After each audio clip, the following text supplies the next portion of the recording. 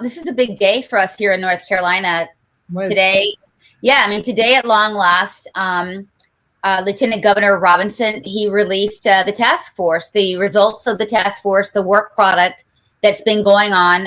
Actually, I view it as a partnership between North Carolinians everywhere and Mark Robinson, because, hundreds and hundreds of people stepped up to the plate and turned in reports of radical teacher training, radical student indoctrination, just tons of examples. I thought it was very strong. I thought the presentation of everything was very strong.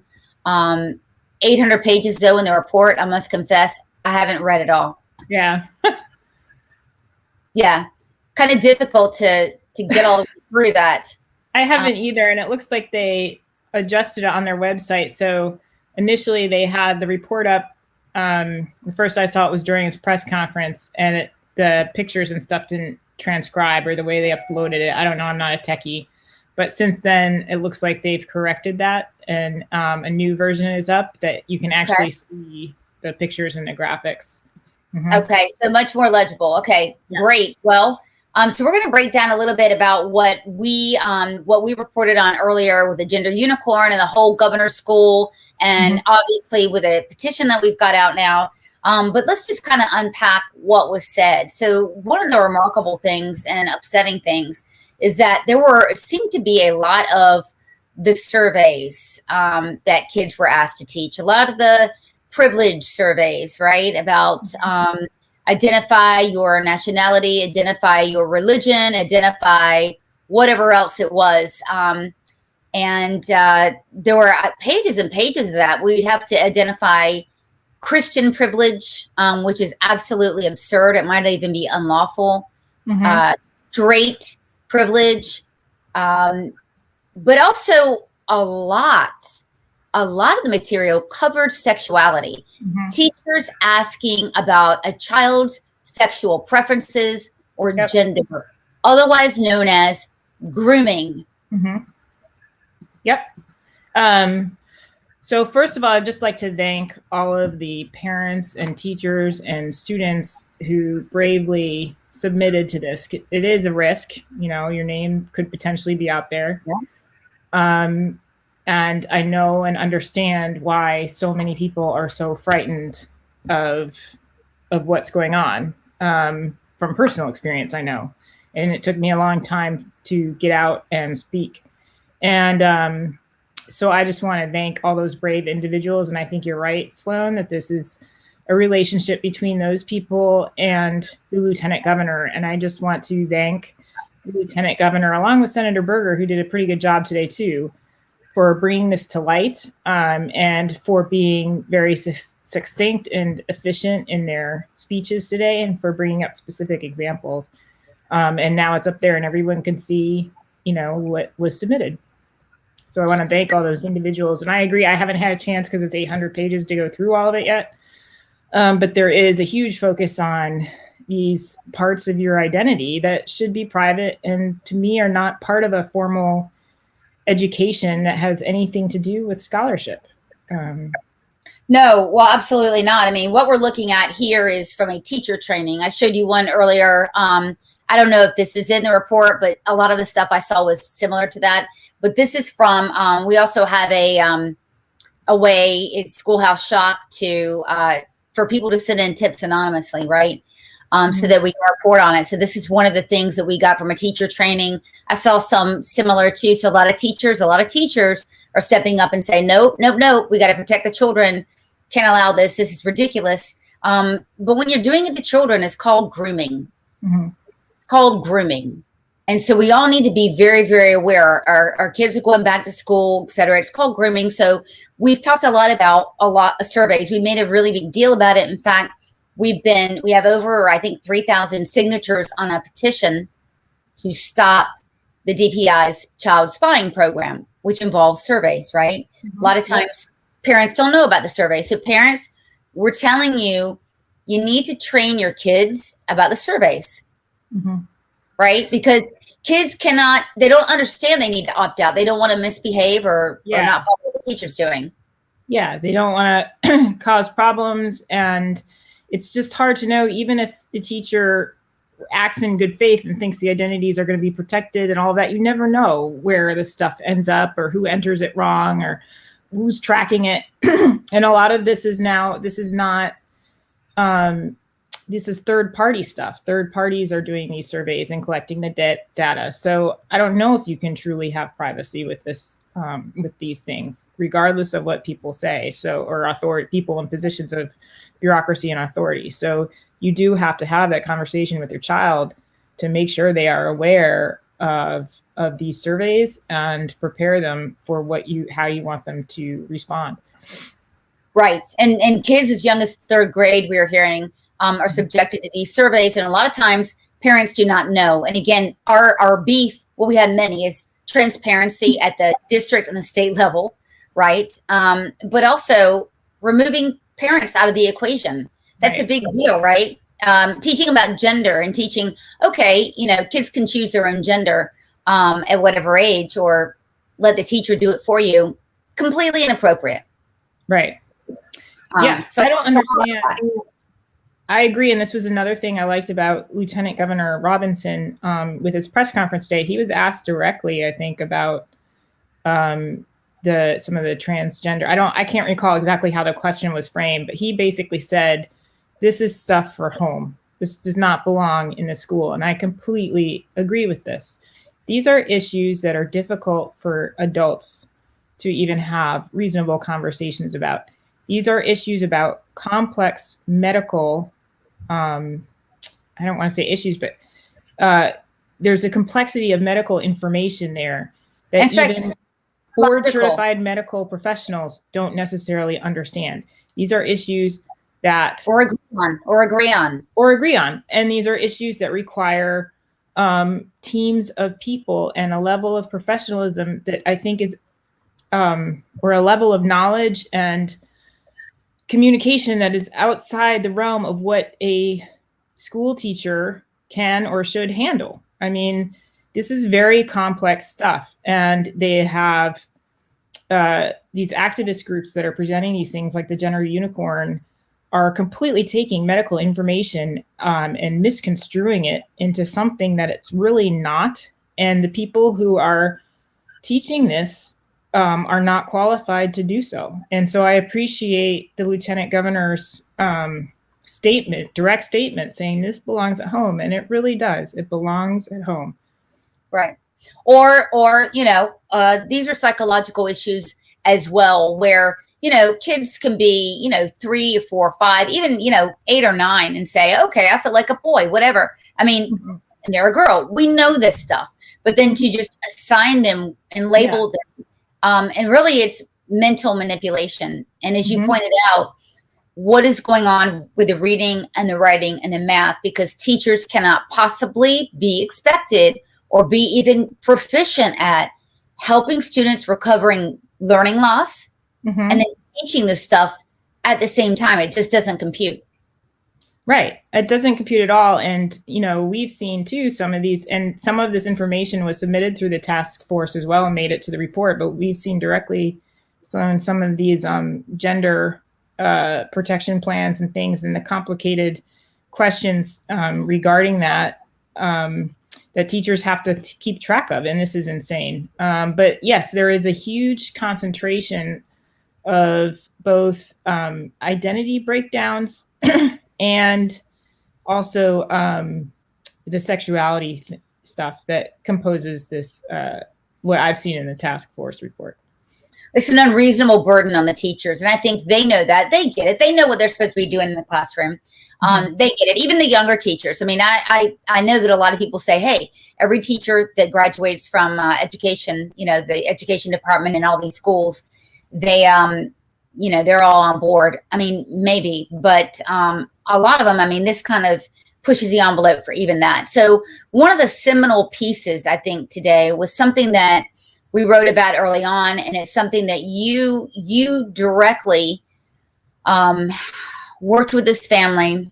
And this is a difficult thing. We have a governor's school here, you guys. It's for seniors in North Carolina. It's sort of like a 5-year, that'd be hell, a 5-week boarding school during the summer geared toward exceptionally gifted students to have a mechanism by which they can meet each other, network, learn more. But the goal is to learn more. The goal isn't to be groomed sexually. And so what you reported on, because you wrote for us about 2 months ago or a month and a half ago, what you reported on is that reading, writing, arithmetic, kaput, out the door. And it was almost all grooming. Tell us about that. Well, yeah. So I happened to see one day a post about a flying gender unicorn. So like this guy, but with wings, with the questions, with a survey and questions circled. And I contacted the person who made the post, who posted it on behalf of a family. And through that person was able to talk with the family. And basically the student had been at this residential program. And there are 3 areas. There's an area 1, which is their primary concentration and what they study. So things like would be like music or math or literature. There's area 2, which is more of a philosophical bent, and area 3, which really has a generic description of like societal issues or something like that. And they primarily attend the area 1 class in their specialty, but they also have to attend area 2 and 3 classes, like 3 to 4 hours a week. It's mandatory. They can't opt out. And I have confirmation from those running the school in the NCDPI that they don't feel any obligation to be transparent with parents about what's taught in those programs, that they have weeded out kids and they are mentally fit and mature enough to handle anything put forth to them. And I have that email. Grooming. Yeah. So right. Grooming. Okay. Talking with this family a few times and meeting the student over Zoom and everything, they supplied me with a whole lot of slides from this class that the student bravely released. And it was...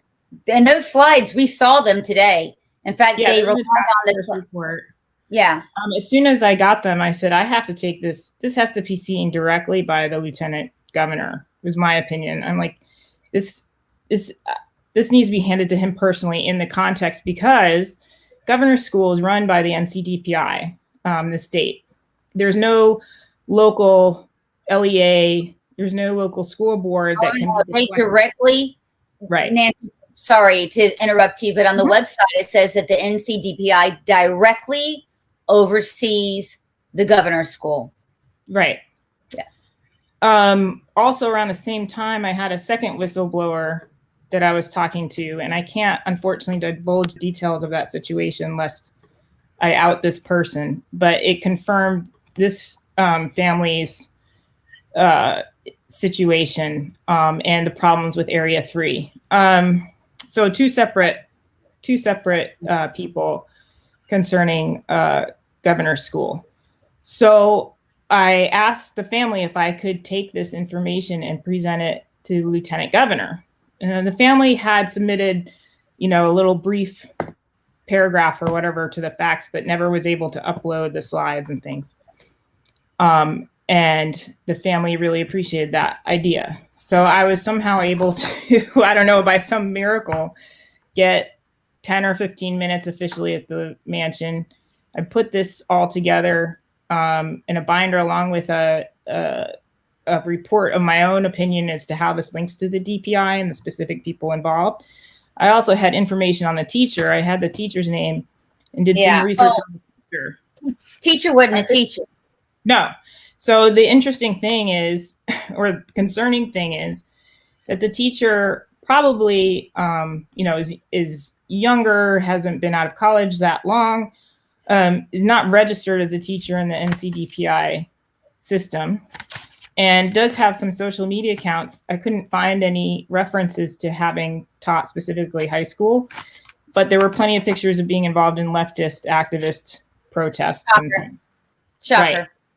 And since talking to the family recently, more information came out, and the teacher was asking them to follow personal Instagram accounts and social media accounts, just very kind of intrusive stuff. I'm sorry, can you explain that a little bit more?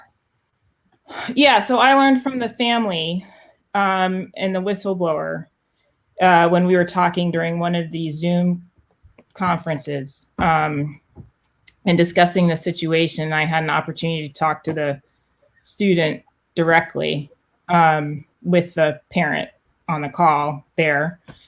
And the student relayed information that the teacher was asking to follow the students in the class their personal Instagram accounts. Okay, so private message them. You got the ability to private message them. So guys, so you're grooming the children in school. We saw this. Let's share it again. Let's see if I can do this. Okay. So here's the original, Nancy. This is the original. Yeah, it's a picture of the that was shown. Yeah, a picture of the original that I printed out and showed to the lieutenant governor. Yeah. Okay, so they're asking in this class. They're asking this particular teacher, asking, okay, what's your sexuality? Are you gay? Are you straight? Are you bi? Whatever it is. They're asking you that, and then, hey, can I hit you up on Instagram? Is that it? Yeah, okay. And they're showing, if you look in the upper, I guess on your screen right-hand corner, there's something called external genitalia at birth, and they have it listed as a spectrum. And I can tell you, having been in the surgical field, it's not really like that. It's completely out of context. These are, basically either chromosomal induced, random, or toxicity induced during pregnancy. And it's not like there's a certain spectrum of genitalia. There's malformations, but no one should be. This has nothing to do with gifted and talented. This is advanced, not even on my medical board's information because it's rare. I was going to say, what standard are we teaching here? What does this fulfill? Right? Yeah. So when I looked up too, the TSER, which is responsible for this printout at the bottom, trans student educational resource, and they have a person listed as Dr. Erica Jane Friedman. And my first impression is, okay, MD, whatever. But I looked her up. She's not. She's a PhD. She's down at FIU in Florida and director of their LGBTQ plus program. So this isn't even, it's misleading, I think, in the fact that they're not notating the actual doctorate that she has, and they're presenting medically anatomical information as a spectrum, and it's not exactly truthful. And then you've got a person who has no qualifications teaching this to gifted 10th and 11th and 12th graders. I mean, are you kidding me? This is a joke, and it's mandatory. The children, I confirmed with the NCDPI person, the children cannot opt out.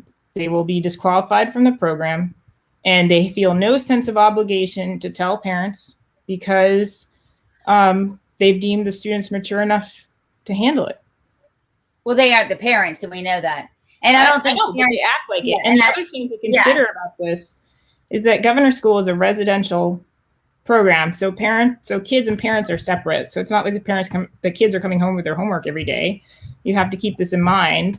And even with COVID, that's even more regulation. So parents can, visit. So really separated from their parents, forced into these classes that aren't specific to their interest, that they have to take, and not transparent with these slides. And that the student also confirmed that the slides she released were used in other classes as well. So this is potentially a bit more than just... You're saying that they hammered this concept, this unicorn home during that 5-week period. They want, that is indoctrination. Actually, I think that's why Senator Berger and Lieutenant Governor Mark Robinson really hammered this example. Here's why. This is total indoctrination. You're talking about being locked in an area. You're a captive freaking audience. No parental oversight, no parental guidance needed whatsoever. And you had to take the class. See, this is indoctrination. This is an example of indoctrination, period. I mean, this is the seminal example. You know, other times, I mean, that was not good. If you got a privilege survey and you said, okay, you don't have to take this, kids, but if you want to, you can hand it in. It's awful. It doesn't accomplish any academic goal whatsoever. But I'm not sure if that's a clear enough case. This is the best case of indoctrination that you can possibly get, which is why we are absolutely demanding action. Now, I hate to pick on her, but Superintendent Catherine Truitt was asked about this situation about 3 weeks ago during a radio interview. And she said that the teacher had been talked to and that they're not responsible for what's taught by every teacher. Well, they damn well better, because again, the risk of indoctrination of grooming and, dare I say, sexual impropriety with students is, I mean, it's a real thing. It's a real problem. So if anything, I think that the DPI absolutely should make this a priority number one. We cannot allow, anyone to say, oh, they're just teachers will be teachers. Yeah. Had enough of that. So tell us. Yeah. I'm sorry. Go ahead. No, you go ahead. No, I was just going to say that the second whistleblower I've talked to confirmed that this isn't just a random teacher thing. In fact, I sent the second whistleblower the slides directly a couple weeks ago, and the second whistleblower was like, yeah, that's nothing to this person. It was nothing necessarily new or radical. And again, the student suspected that other kids, she said kids would come out and just start talking about intersectionality and all of this stuff. So this is not a random teacher thing. This is known to be it's a re-education is about at Governor School. And there's a history at Governor School of, extensive progressive thought. And in fact, the ADF had gotten involved at one point. Who is the ADF? Alliance Defending Freedom. They happen to also be working with the baker out in Colorado, I believe, the cake baker who's been targeted for not doing, gender reveal cakes or whatever it is, gender transitioning. But they're a big alliance of lawyers that defend people's religious rights and other civil rights. They were actually involved and wrote a letter at one point to Governor School. So it's always had kind of that progressive bent but this has jumped the shark. And the fact that they are just so arrogant about saying they don't need to, they don't need to talk to parents. The kids have to go. They're mature enough to go. And it's just duping people. And, maybe if you're from a county where the stuff is going on, like Orange County or Wake County or Charlotte, where there's been more talk about this. But if you're from a rural county, if you happen to be from a rural county in, this state or any other state, and you go to a residential program like this, and you don't really understand how bad this stuff has been, and then all of a sudden your kid comes home and starts talking about flying gender unicorns and everything. I mean, imagine the shock and the mistrust and the, it's damaging to these families. It's sad. It's very, very sad. And the state superintendent, I think, needs to look into this issue very deeply and hold people responsible. This is getting really tiresome. And one of the reasons why I specifically wanted to meet face-to-face with the lieutenant governor and get this in front of him personally was because this is the state. You can't put this on anyone else. These people are working for the state. The director of the AIG program, which is in charge of ultimately the Governor's School this year, is Neha Shah Coltrane. She needs to be held accountable. I know from the other whistleblower that she was physically present at the Governor's School. So Coltrane is an utter radical. She's everybody's a white supremacist, a critical race theory nut, is what she is. And so what we're doing is we came up with a petition. We would like 3,000 signatures at least. We would like for her to be fired. I mean, she has, a long and storied record of this white privilege bullcrap, this critical race theory. She's all but completely destroyed the academically gifted program in North Carolina. We've been talking about this. We got active on this several months ago. We have no academically gifted program in North Carolina anymore because now instead of getting in based on a colorblind system of merit, now it's a color-based system, and it's called equity. So we already know that. And so here, let me see if I can find the petition here. Okay. We need everybody to get very active right now. And I put this also in the chat box. We absolutely, positively, you guys, we're going to have to make sure that there's consequences. The thing that you and I have been talking about the most here is that we just don't have consequences for all this stuff, right? Right. So no accountability. I mean, she was part of the Social Studies Standards original team. Shaw Coltrane was. You can go find her name on the list. She was part of the Social Studies Standard team that put in systemic racism and white privilege and the Aspen Institute and all of that. So that makes sense, right? Right. So this person is directly inserting her own personal ideology because she tweets publicly under her name and her position at the NCDPI. She says in her bio that she's the director of Gifted. She supports the SPLC and teaching tolerance regularly. She supports James Ford, Board of Education member, who runs the anti-racist teacher training programs for, money while he's also crafting policy. She retweets him often. She's retweeted support of the concepts of white privilege more than once. As fact, she has insulted half the people in this state by calling them anti-American, by retweeting things that consider conservatives or people for voter ID anti-American. Right. This is the person we're trusting to run these programs. I mean, I get the free speech thing, but when you have the judgment that is so far left publicly under your title, and then you have programs that are being kept secret from parents, indoctrinating these very same ideologies.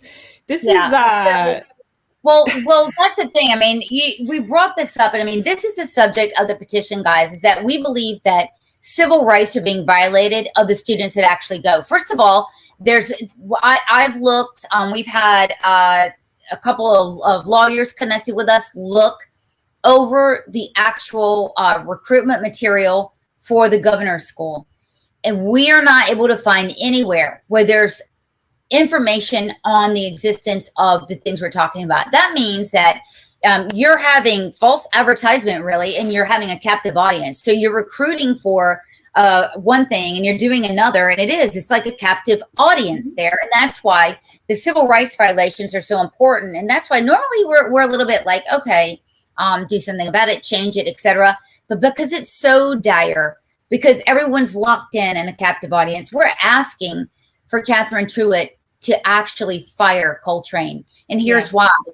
I was in a meeting with me and you and Truitt. It must have been in March. You had April. Okay. So you had a booklet and copious amounts of information about Coltrane in particular. You gave it to Truitt and she made fun of you, and her staff made fun of you. Yeah. I was there. I saw it. Yeah. I tried to point out that, and I wasn't saying at the time to just fire this person for her public free speech rights. I was just saying, this is who you're trusting. I traced it all through the anti-racist network, and all of that is how I came upon it. Also, I just want to say that Sneha Shah Coltrane is involved with advising the Duke TIP program. And last summer, I had a kid, my own child, take an online course from Duke TIP. And so I was on that email there, and so after the events of last summer happened, specific to Minneapolis, I received an email telling me all about systemic racism and how oppressed everyone was, and the typical thing from Duke TIP. And I was so upset. And I said, I didn't ask you, Duke TIP, your opinion on these issues. So and you're not listing any other points of view. So anyway, she's involved with all of that. Blah, blah, Okay. blah. So what we're saying, I she's got her imprimatur on all of these academically gifted programs. Yes. She needs to go. Yes. We've worn through it before, face to face.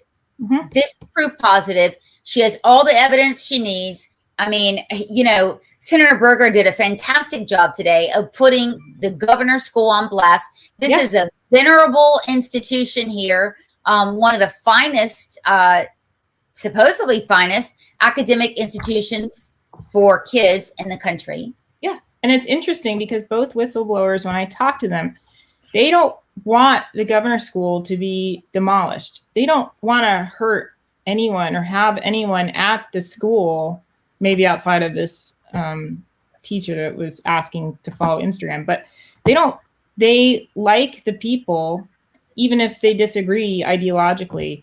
Overall, the school is a positive experience they feel. I don't know if that's way for everyone, but these are people with strong support systems.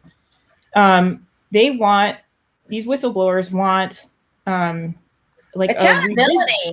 They want them to clean up their act. Yeah, I mean, clean up their act, like reform. That's what the word I'm looking for. They don't want to destroy things. They want to reform and make it better and give these gifted students the opportunities to really reach for real, in-depth scholarship, which I don't know how anyone can argue that a flying gender unicorn cartoon or clips from, 2-second clips from Fox News, whatever, outtakes is real, true scholarship. I mean, it's a joke. These people should be so embarrassed. And back in April when we met, to go back to that, I showed the public tweets to Catherine Truitt and her staff.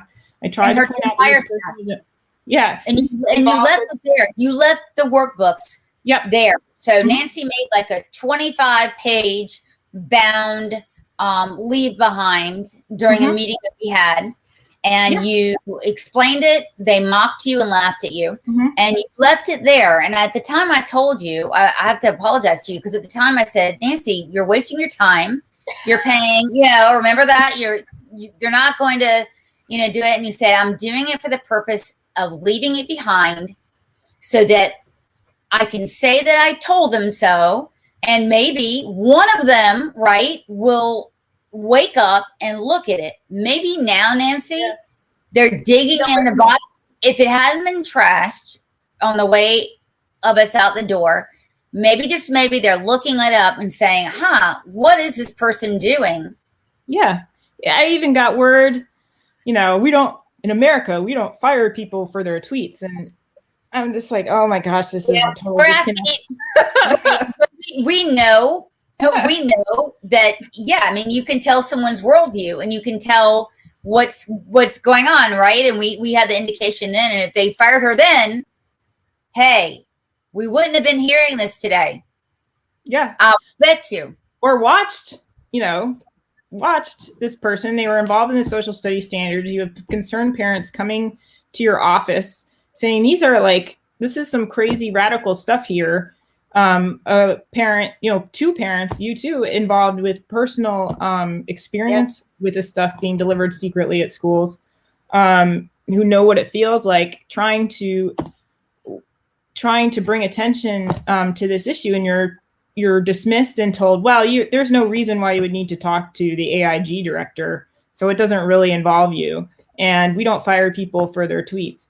And actually, my point is no, but this person, you need to watch their judgment, because look at what they're saying out loud. Does this really represent all of North Carolina? And 100%. And it's free speech. And I completely agree. She can tweet whatever she wants, but she's also tweeting under her directorship title.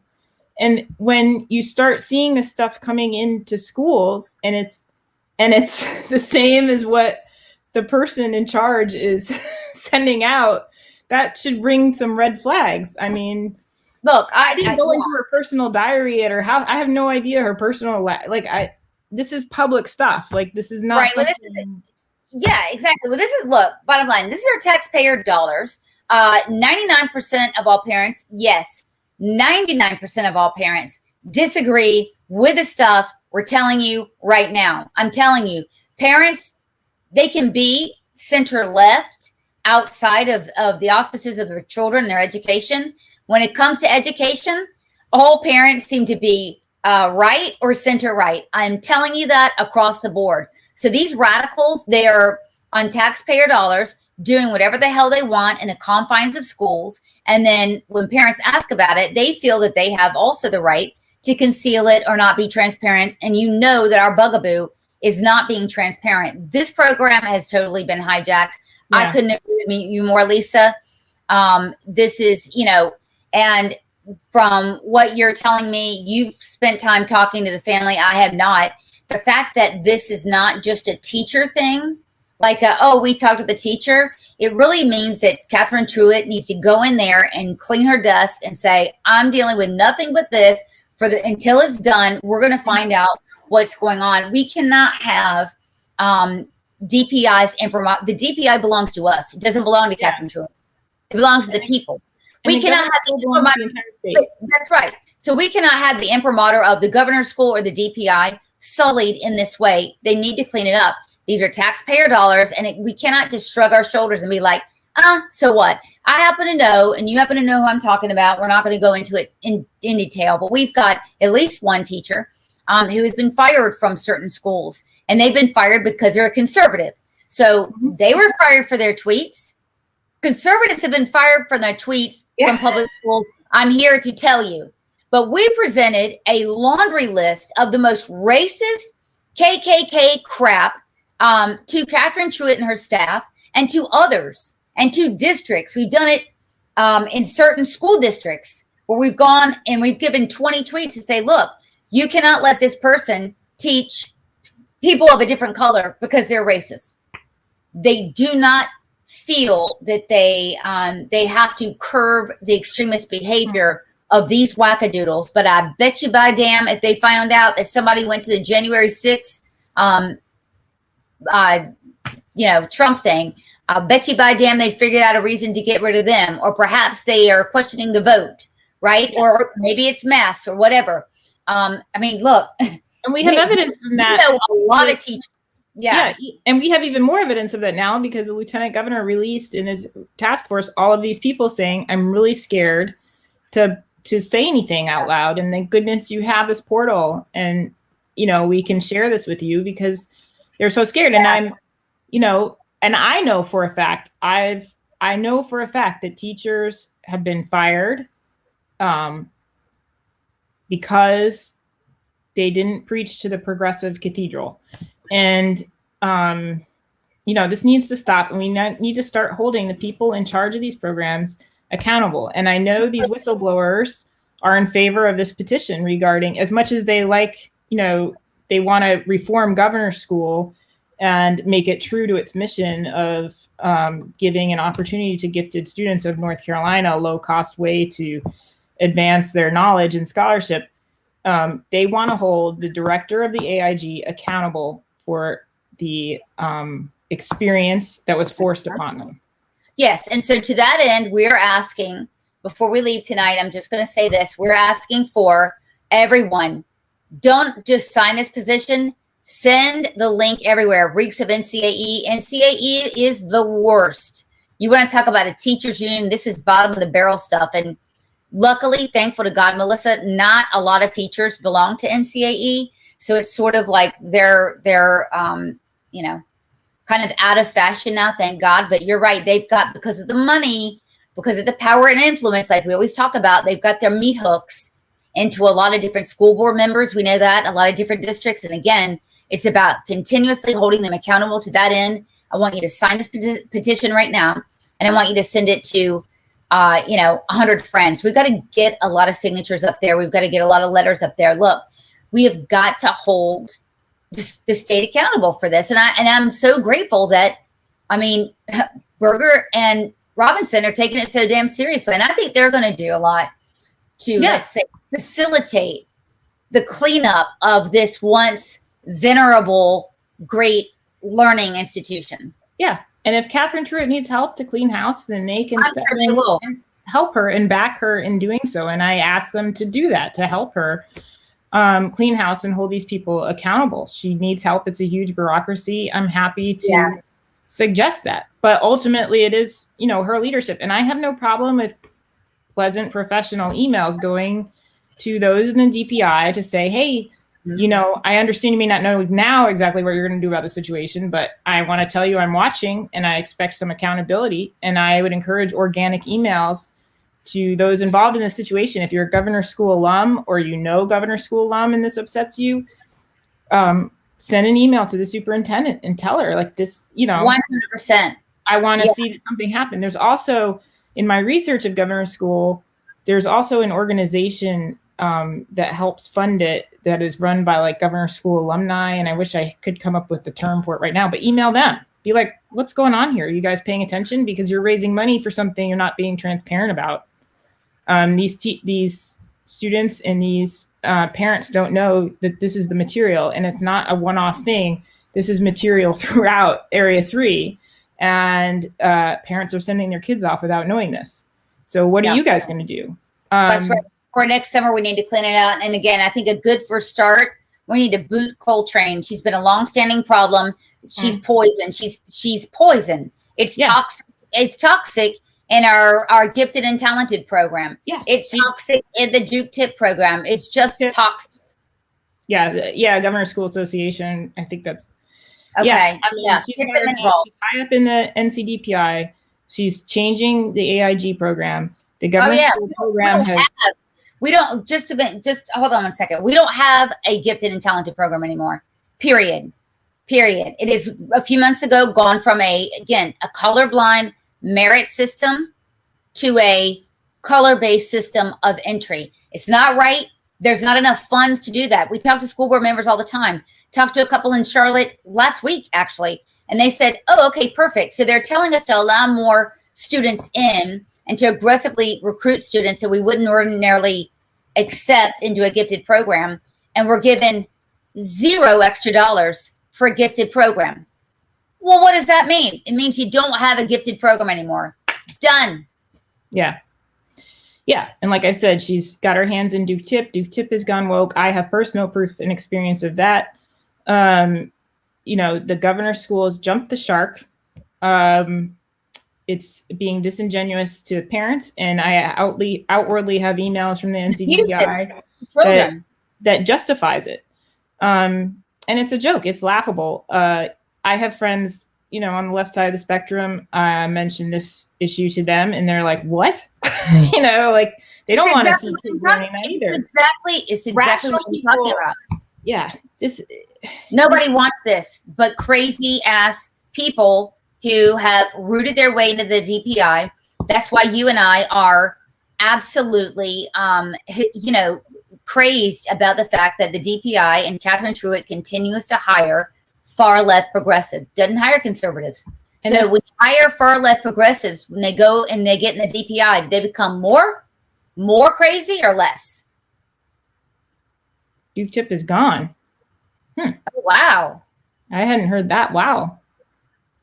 Okay.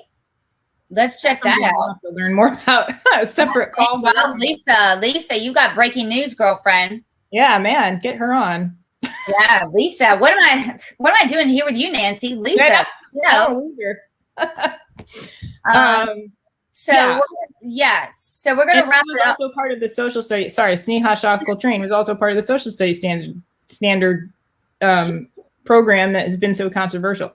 Now, granted, she has been there for a long time, way predates Truitt, but I think it's time for her to move on and to be held accountable. Also of note, I'm sorry. No, time for us to have new blood in there. Yeah, new blood. And also of note, Shah Coltrane's husband is the senior educational advisor to Cooper. I believe his first name is Jeff. I'm not sure. Is the senior education advisor to Cooper. So she's a direct line into the governor's mansion.